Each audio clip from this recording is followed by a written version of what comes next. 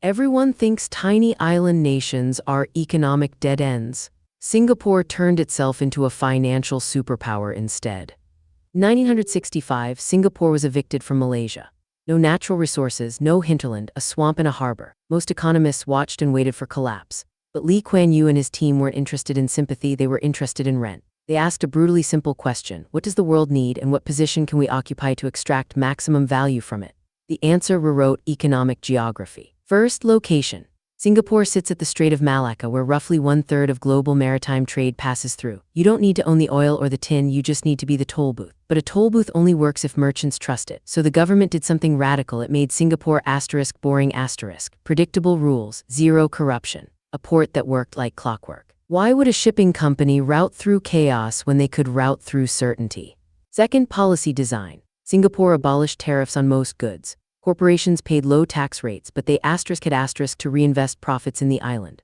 The government controlled the land, leasing it to developers for 99 years. This wasn't free market ideology. It was mercantilism with modern tools. They made foreign investment so frictionless that multinationals built refineries, petrochemical plants, and financial offices there. Each facility created jobs and tax revenue. The incentive structure was transparent: you profit, we profit, everyone stays.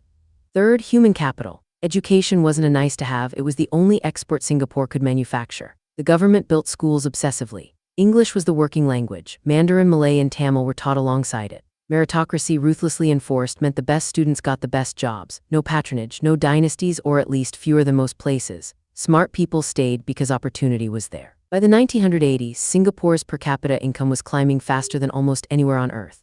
But the government saw a problem: manufacturing was going to move to cheaper countries, so they pivoted again: banking, insurance, finance. They deregulated selectively, welcomed offshore capital, and built the legal and regulatory infrastructure to handle it. The port remained crucial, but now it moved money alongside containers. The final piece: geopolitical timing.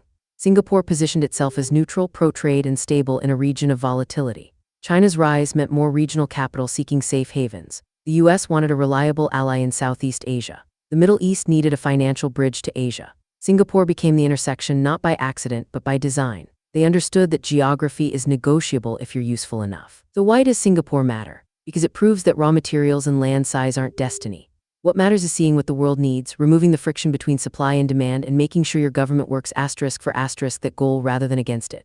It's not a model every country can replicate, context matters. But the principle is portable: position, policy, and patience. That's how a swamp became a trillion-dollar economy. This video is for educational and informational purposes only and is not financial advice. Always do your own research. Subscribe to see how geography and policy collide to reshape global power. New breakdown every week. This video is for educational and informational purposes only and is not financial advice. Always do your own research.